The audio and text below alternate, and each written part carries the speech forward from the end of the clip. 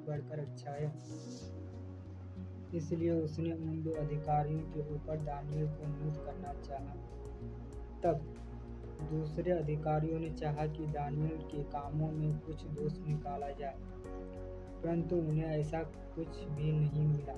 Daniel सदा हर एक बातों में ईमानदार और सावधान रहता था। तब उन अधिकारियों ने एक दूसरे से कहा, हमें उसके धर्म को छोड़ किसी चीज में दोष नहीं निकाल सकते।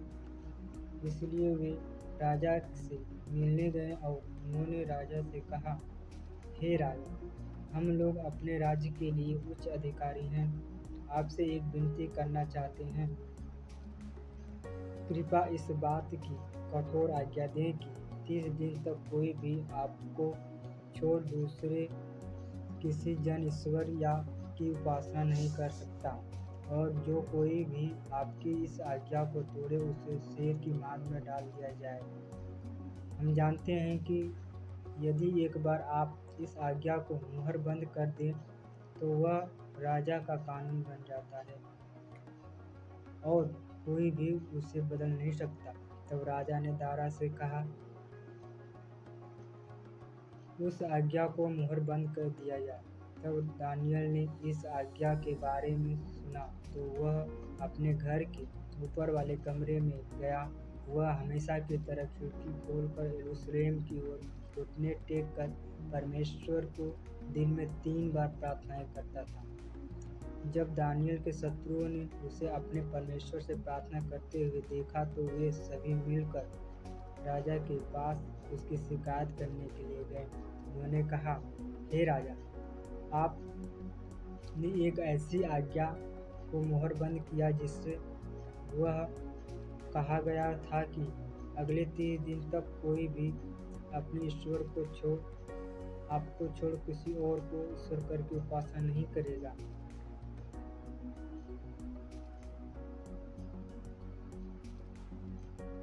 उस शेर की मांद में डाल यदि जो कोई उसकी उपासना करता है उसे उस शेर की मांद में डाल दिया जाएगा। राजा ने उत्तर दिया, हाँ, यह एक कड़ी आज्ञा है। राजा एक कानून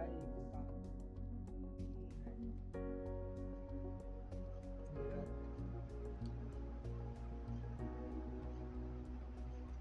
हे राजा, आपने एक ऐसी आज्ञा को मुहरबंद किया जिससे यह कहा गया कि अगले 30 दिनों तक कोई भी आपको छोड़ किसी दूसरे व्यक्ति या ईश्वर की उपासना करे उसे शेर की मांद में डाल दिया जाएगा। राजा ने उत्तर दिया, हाँ, यह एक कड़ी आज्ञा है। राजा एक कानून है, उसे बदल नहीं जा सकता।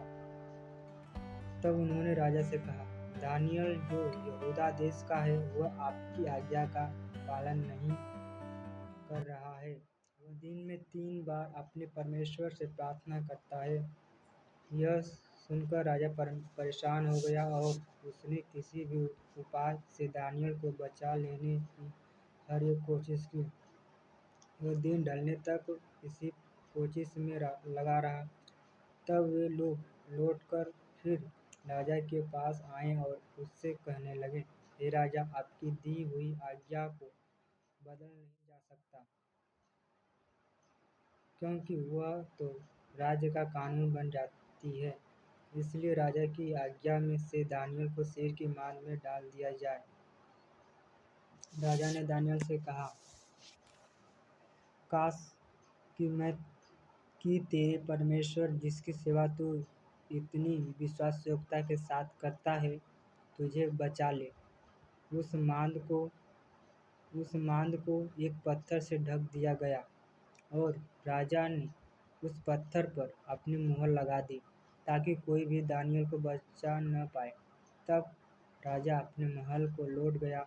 उस रात वह न तो खा सका और न पिया, न नींद सो पाई। भोर होते ही राजा उठकर मांद की तरफ भागकर जाने लगा। तब उसने बहुत दुखी होकर यह आवाज दी, हे दानियल, जीवित परमेश्वर के सेवक, क्या जिसी परमेश्वर की सेवा तू इतनी विश्वासयोग्यता के साथ करता है वह तुझे शेर की मांद से बचा लिया। आप युगान युग जीवित रहे। परमेश्वर ने शेर का मुंह बंद रखने के लिए अपने स्वर्गदूत को भेज दिया ताकि वे मुझे हानि न पहुंचा सके, क्योंकि मैंने न तो तेरे विरोध और न तो परमेश्वर के विरोध में कुछ गलत किया। राजा बहुत प्रसन्न हो गया और उसने यह आज्ञा दी कि दानियल को शेर की मान से बाहर निकाला जाए। तब उन्होंने दानियल को बाहर निकाला और यह पाया क्योंकि उसने परमेश्वर पर भरोसा रखा था। तब राजा ने यह आज्ञा दी कि दानियल पर दोष लगाने वाले सभी को कैद में डाल दिया जाए। उन्होंने उनकी पत्नी और बच्चों के साथ शेर की मांद में डाल दिया। इससे पहले कि वे शेर की मांद के तल तक पहुँचते, शेर ने लपट कर उन्हें हड्डियों तोड़ डाली। तब राजा दारा ने सभी देश के लोगों से यह कहा, पत्र लिखा, तुम्हारा कुशल हो। मैं यह आज्ञा देता हूँ कि पूरे राज्य में सभी दानियल के परमेश्वर का आदर करें। वह जीवित परमेश्वर है और वह युगान-युग राज्य करेगा। उसके राज्य का कभी अंत न होगा और उसकी सामर्थ सदा बनी रहेगी। वह बचाता और छुड़ाता है। वह स्वर्ग और पृथ्वी दोनों में अद्भुत काम करता और चमत्कार करता है। उसने दानियल को शेर के द्वारा मार डालने